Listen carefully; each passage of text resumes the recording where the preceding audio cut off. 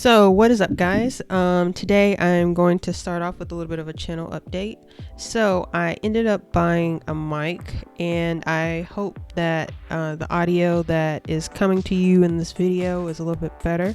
It's nothing really expensive. It's a fairly cheap mic. It's not a Blue Yeti or anything, but I hope that it will improve the quality of these videos. And also I didn't upload anything last week, and I hope to be a little more consistent, but you know, life is life. So I'm a little bit busy at the moment, but you know, I'm really making these videos to kind of help new players and help support the community. We don't have a whole lot of MSL YouTubers or streamers, and I think it's nice to get the opinions of other people and to kind of see what they do and what other people's teams look like. That is one thing we don't have that Summoners War has. You can actually look at other players' their monster boxes. But that's another video probably. Today I want to talk about a question that I received. So initially I was going to do a different video, but I guess I'm going to work on that at a future date. I'd actually prefer to work on what we're going to talk about today. And I received a question from one of my viewers, and that is Eduardo. So Eduardo wants me to talk about B7, B8, B9, and B10 runs. And I think today I'm going to focus on B9. And thank you, Eduardo, for the question. Hopefully I can provide some good information for you. So, you know, the core of B9 really is your fire monsters. And, you know, earlier on in the game, it was a little bit harder, I think, to get fire monsters outside of the fire candling, or to get monsters that felt like they were usable. But, you know, they've added a lot more since I started playing. But I'm going to start off with the two monsters I call kind of the MVPs, the MVP of B9, and it's them. They're the MVP of B9 just because that's what I'm talking about right now. But these two monsters have great crossover potential for your B10 team. And that's really where you want to go after B8. You really want to start thinking more about your B10 team and the makeup of or how you're going to run that, as opposed to you know, trying to concentrate on B9 or B7. And that's just because, you know, the runs are going to be extremely slow, and whatever resources you invest into perfecting your B7 or B9 teams, you know, it can go towards something else. But the two monsters that I would call the MVPs of B9, which will give you a lot of kind of crossover value, is going to be, first of all, the Fire Succubus. So there are people who run the Fire Succubus in B10. And of course, she's a fire monster, and she will provide great utility in B9 as well. So if you build the Fire Succubus, you will actually potentially be building for your future B10 team. Now, as you can see, she's got a great leader skill. Having an attacker, a self-sustaining attacker with an HP lead, is pretty amazing. And she's got an AoE def down. I mean, the kits, it's really hard to make a kit that's better than what they've given us with the Fire Succubus. But yeah, so she is a great addition to any B9 team if that's your goal. And the other MVP monster is going to be, of course, the Fire Perseph, and you know, that's really because of her double saps and her pretty decent attacks, or her pretty decent attack, really. So she's got the 60% sap, 100% sap, which is nice, and to help increase your damage and speed up your runs. in B9, and it does the same thing for B10. So that's so she is always a great pick to run. Now, getting her to Evo 2 is probably a priority. Whether you Evo 2 or whether you Evo 3 her or the water Persef, I will not make any comment on that. I don't have a water Persef, and I really wish I did. But wherever you think your efficiency lies, the water one has always been the favored Persef sister of the RGB ones, but fire now has some pretty nice uses, considering they lowered the resistance in B10. But yeah, so our 2 MVP monsters are B9, Fire Succubus, and Fire Persephone. And then we've got some other monsters who are also usable, and have some potential in other places. But those two are probably our main monsters. And one thing I do want to say is that if running B9 and B7 is not totally out of the question, you don't have to live at you should live at B8 during your active time, so while you're actually playing the game and you can monitor the game. But if you are not able to monitor the game, say that you're sleeping or something, then you can always try and run B9 or B7, the slow runs, and see what you get at night or something like that, when you actually don't have time to look at your to sell your gems or anything. And we won't talk about emulators here. So yeah, so the other strategy, or the other monsters that I'm going to talk about are still fire. I think there are really kind of 3 ways you can think about running B9, and that's just straight up full damage, DPS. The other way is to run with a sustain, a healer. So if you're not able to output enough DPS, you want to think about having a healer on your team. And then also you can kind of do the self-sustain, where you're using monsters that heal themselves. You can also do a mix of the two, because of course the self-sustain will do some nice damage. But if you're dying and you feel like you need to supplement your monsters with a healer, you can always throw that in there too.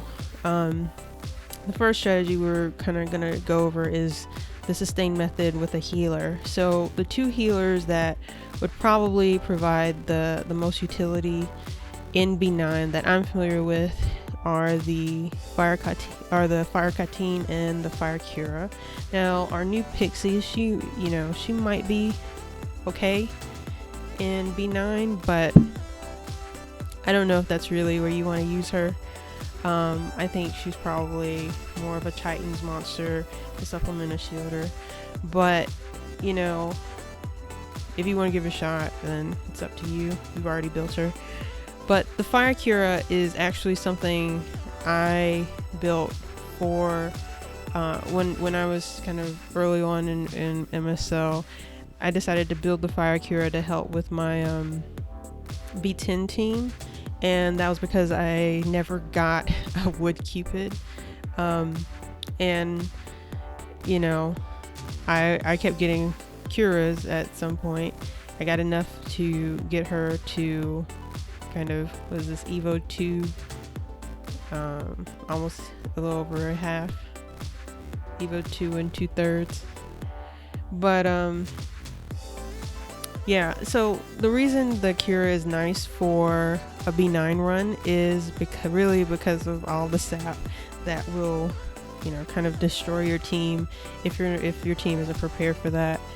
And that's because if you're using a shielder, and this actually could apply to other shielders, they will just be a little more vulnerable to dying if they're not gemmed properly, because they don't have the stat bonus or the stat bonus in, you know, fire versus wood, basically. But the shield, a shield provides great utility for B9, because if you get a shield on your monsters, number one, the shield will absorb any damage that may occur that will occur if your monster has sap on them. And then two, it's going to prevent new sap from landing.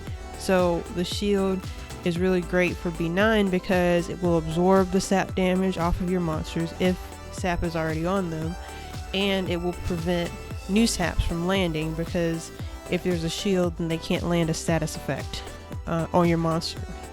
So the Fire Curer has some nice utility in B9. She's got some nice survivability, not just because she is a healer and you're going to build her tanky, but the Cura is an interesting healer. So, you know, the crit reliance on her first skill throws her off. Some people like to build her crit, which makes her a little bit more squishy. But that's a different conversation. But yeah, either way, you probably have at least two kind of gems to help her, two gems that will boost her survivability. But you know, you don't have to build her crit. You can totally ignore that first skill if you want. Building crit for new players is going to be extremely hard. It's hard even for more advanced players. But you know, usually when you get crit rate, you want to try and kind of keep those for the monsters you're going to use in more places to get their, you know, the crit reliant monsters you're using in more places to get their crit up to 100% or as close as possible. But yeah, so think about, so she's a pretty good monster. And then we also have the Fire Katyn, who will provide a little bit of extra sap and an attack up. You know, he'll only help your survivability a little bit in that, you know, he will help you kill the boss faster. So he'll heal you a little bit, but he's really there to also boost your attack and to try and kill the boss before it kills you. And you know, you can run him with some monsters that are you know, built, you know, almost fully DPS or fully DPS, and just try and plow through the golem. So the other monster that, you know, would be good to kind of think about would be the Fire Yuki. And this one is an Evo 3, but the nice thing is MSL actually pretty much gave us this Evo 3 Yuki last month. So she was a rebirth monster, and hopefully you were able to get her. She's a great addition to your team. She's got, you know, double death down, which will help you clear the boss faster.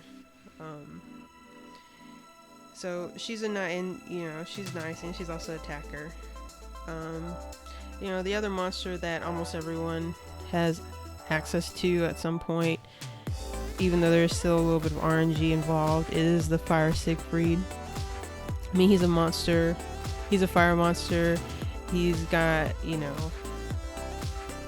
morale boost, so he's going to build up his SP gauge much faster, and he'll use elemental edge. He already has the advantage, so that really doesn't help very much, but you know, he's still going to do more damage because he has elemental advantage. And you know, you have access to a 5-star if you happen to summon him from your Titans battle, so he's a nice addition to your team as well. And then really almost any fire monster that you can kind of build attack will help. There's also the Fire Miho. You can run her full attack.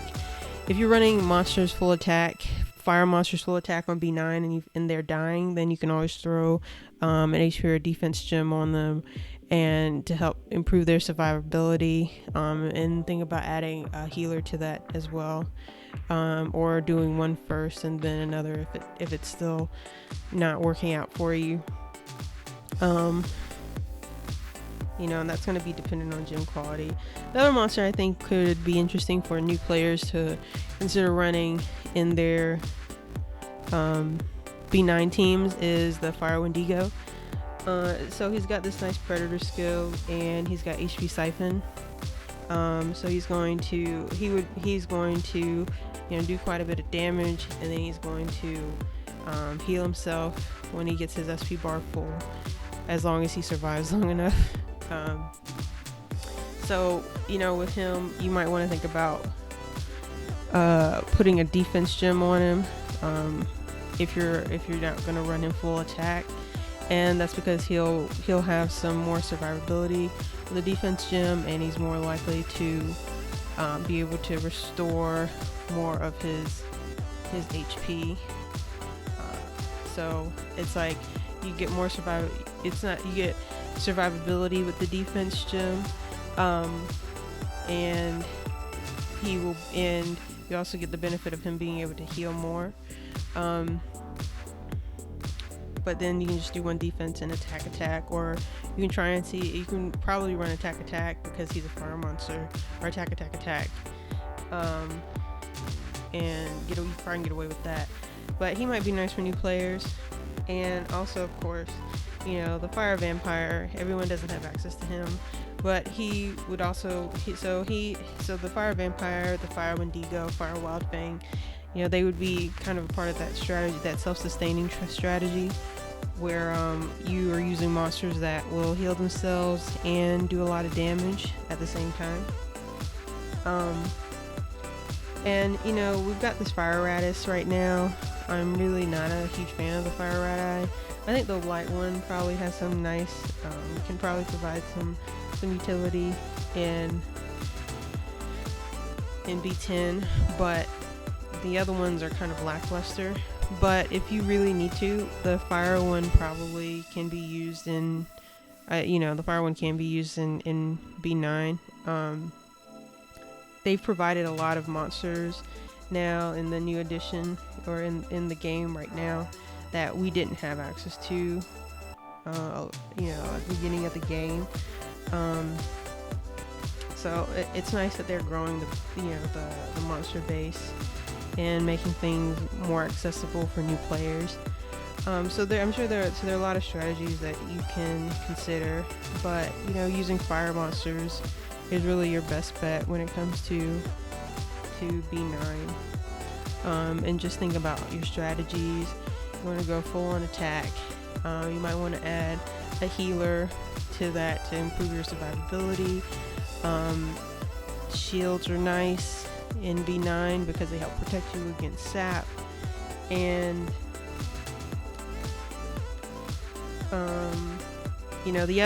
the other monster I kind of forgot is a monster that everyone has access to. You can actually just build a few, maybe one or two of the fire candlings, and that is your B9 team. You can also use him in Titans. You can def down the Titan, and you can do some pretty nice damage with him as well. If he's dying, run him with one of your healers, the Fire Katyn or the Cura, and he's pretty accessible for new players. But yeah, so that's kind of the strategy for B9. So you think about self-sustain. You think about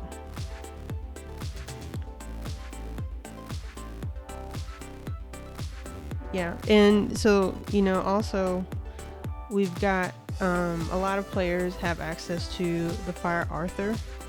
If that's what you happen to choose as your contract, all the contract monsters